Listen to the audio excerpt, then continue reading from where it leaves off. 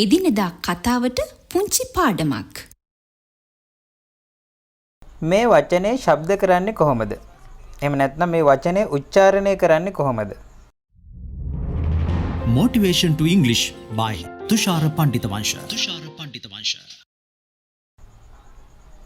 සම්භාවනීය නැත්නම් ගෞරවනීය වගේ අදහස් තියෙන මේ වචනය බොහෝ විට අපි අපගේ එදිනෙදා ජීවිතයේදී අහන්න ලැබෙන වචනයක්.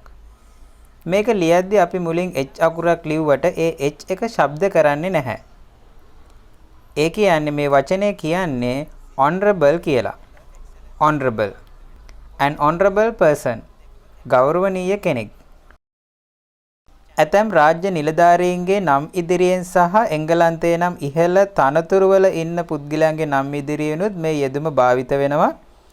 The Honorable Andrew Robinson. The Honorable Daniel P. Moynihan of New York. මෙන්න මේ වගේ. Honorable Speaker කතානායකතුමාව ආමන්ත්‍රණය කරන්න අපිට මේක නිතරම ඇහෙන වචනයක්.